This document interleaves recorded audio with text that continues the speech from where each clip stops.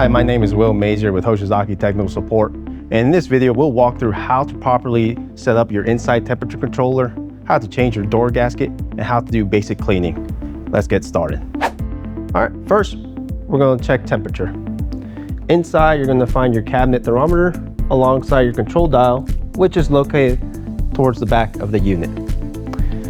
When it comes to the under-counter refrigerator, the default setting is number 5, which equals to 34 degrees Fahrenheit or 1 degree Celsius.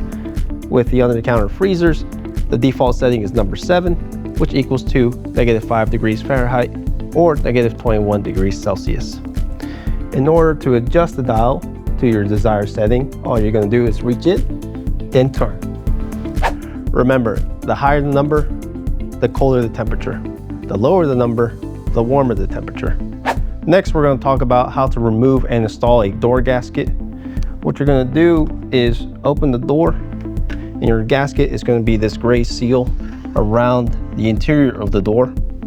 And to properly remove the gasket, all you're going to do is pull the corner and gently pull. And you're going to move your hand down the seal of the gasket.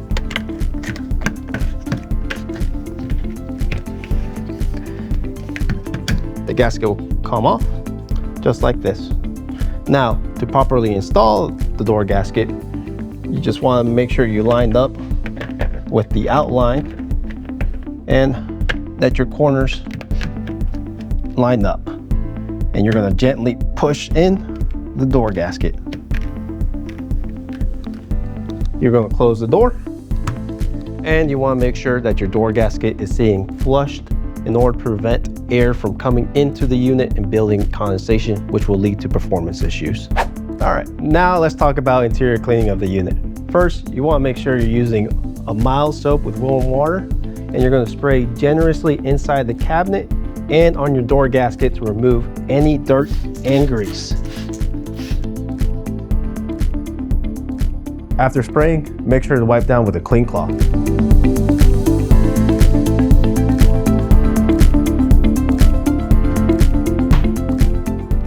When we're cleaning the exterior of the unit, we want to use a non-abrasive stainless steel cleaner with a damp cloth.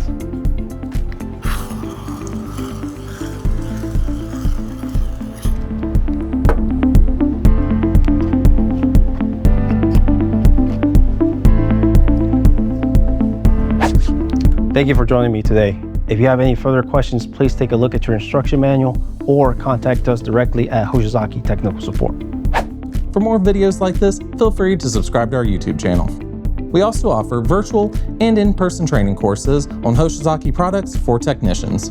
If you're interested in this, go to hoshizakiamerica.com/support/training or scan the QR code on the screen. For further assistance, you can contact us by phone or at email.